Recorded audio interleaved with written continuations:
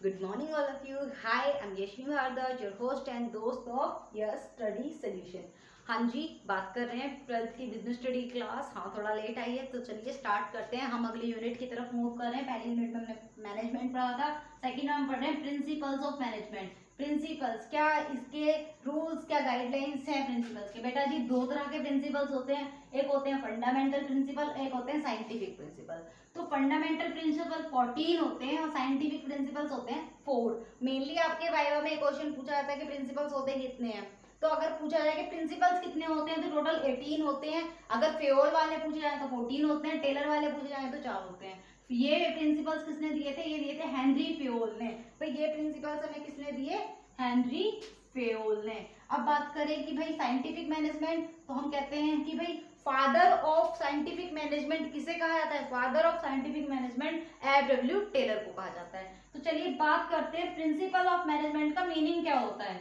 Principal of management are general guidelines. Principle of management क्या है?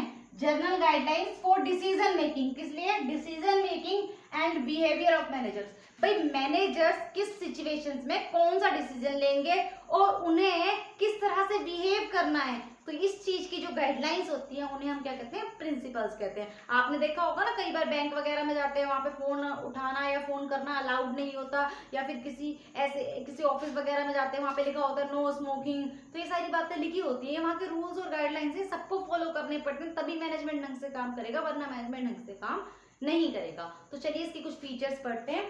Features of principal of management. Principal of management के क्या क्या features है? पहला, यूनिवर्सल एप्लीकेबिलिटी। यूनिवर्सल एप्लीकेबिलिटी का मतलब क्या होता है बेटा? यूनिवर्सल का मतलब जो सभी जगह पर लागू होता है। ठीक है, तो प्रिंसिपल ऑफ मैनेजमेंट सभी जगह पर लागू होते हैं। जैसे जो भी प्रिंसिपल आपको बना दिया, याद है मैंने फर्स्ट क्लास में एक एग्जांपल दिया था आपको कि भाई यूनिटी ऑफ कमांड की, आपके फर्स्ट पीरियड में एक टीचर आते हैं, वो कहते हैं 5 मिनट बाद इंग्लिश का टेस्ट है, फिर आते हैं हिंदी वाले, फिर 5 मिनट बाद हिंदी का टेस्ट है, उसके बाद थोड़ा बिजनेस स्टडी का टेस्ट है। तो आप कंफ्यूज हो जाते हो कि कौन सा टेस्ट करें। ठीक है, तो वहां से एक प्रिंसिपल बन के आया, principle of unity of command, कि भाई एक टाइम पर एक सुपीरियर से एक सुपॉर्डिनेट को एक ही ऑर्डर मिलना चाहिए। तो इसी तरह से इनकी यूनिवर्सल एप्लीकेबिलिटी होती है। Next, general guidelines. General guidelines का मतलब क्या होता है बेटा? ये स्ट्रिक्टली लागू नहीं होते, ये जनरल है, जहां पर आप फॉलो करोगे वहां इफेक्टिव मैनेजमेंट होगा, नहीं करे it's okay. Next, formed by practice and experimentation.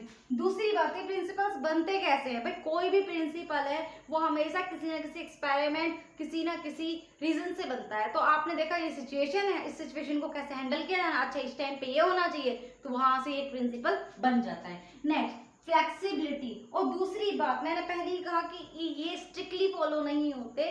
देखो साइंस के प्रिंसिपल जैसे फिजिक्स और केमिस्ट्री के प्रिंसिपल्स होते हैं, एक बार जो कह दिया कि भाई इस तरह से कि इलेक्ट्रिसिटी फ्लो होगी, ये होगा, तो वो प्रिंसिपल फॉलो होना है हर जगह पर।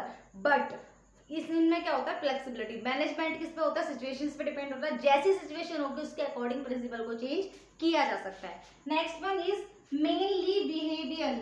मेनली किस पे बेस होते हैं? बिहेवियर पे। भाई पहले ये देखा जाता है एक सिचुएशन, उस सिचुएशन में देखा जाएगा कि एक ह्यूमन बीइंग बिहेव कैसे करेगा, और जब उसके बिहेव को स्टडी कर लिया जाएगा तो उस पे बेस होकर एक प्रिंसिपल बन जाएगा। तो ये होते हैं मेनली बिहेवियर। नेक्स्ट बात करते हैं relation between causes and effect.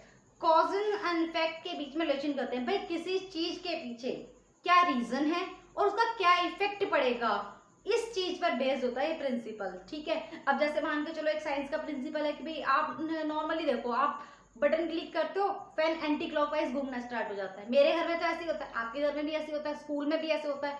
तो ये रूल ऐसा है जो सब जगह हो रहा है, और रीजन इसका सेम है कि भाई बटन क्लिक करेंगे तो इलेक्ट्रिसिटी फ्लो होगी, और जैसे इलेक्ट्रिसिटी फ्लो होगी प्रेशर बनेगा और वो मोटर घूमने लग जाएगी। राइट, तो ये क्या है? रीजन इफेक्ट करता है। Next, contingent. कॉन्टीजेंट का मतलब क्या होता है? कॉन्टीजेंट का मतलब होता है कि जो प्रिंसिपल्स हैं वो क्या होते हैं, वो अचानक से आकस्मिक सिचुएशंस को स्टडी करके तब जाके क्या करते हैं, उन पर रिसर्च की जाती है और तब जाके उन्हें बनाया जाता है। कोई सिचुएशन ऐसी आई, जैसे मैंने आपको बताया बिजनेस स्टडी वाला केस, या कहते हैं टेस्ट वाला केस, सिचुएशन ऐसी आई है कि किसका ऑर्डर माने किसका ऑर्डर नहीं माने, तो आपको क्या करना पड़ेगा? या तो सिलेक्ट करना पड़ेगा, या सारे परफॉर्म करते तो कुछ भी बेस्ट नहीं हो पाएगा। तो एक सिचुएशंस को स्टडी करके उस पर प्रिंसिपल बनाना आकस्मिक सिचुएशंस होती है। समझ आया? तो चलिए कल हम पढ़ेंगे कितने टाइप्स के प्रिंसिपल होते हैं, फ्यूल के कौन से हैं, इसके कौन से हैं। मिलते हैं आपसे अगली क्लास में। बेटा जिसने चैनल सब्सक्राइब नहीं किया है वो प्लीज कर दीजिए, ठीक है? तो चलिए कोई भी डाउट्स होते हैं तो आप मुझे कमेंट में बताइए। मिलते हैं आपसे नेक्स्ट क्लास में, same time same place. Thank you, have A next day.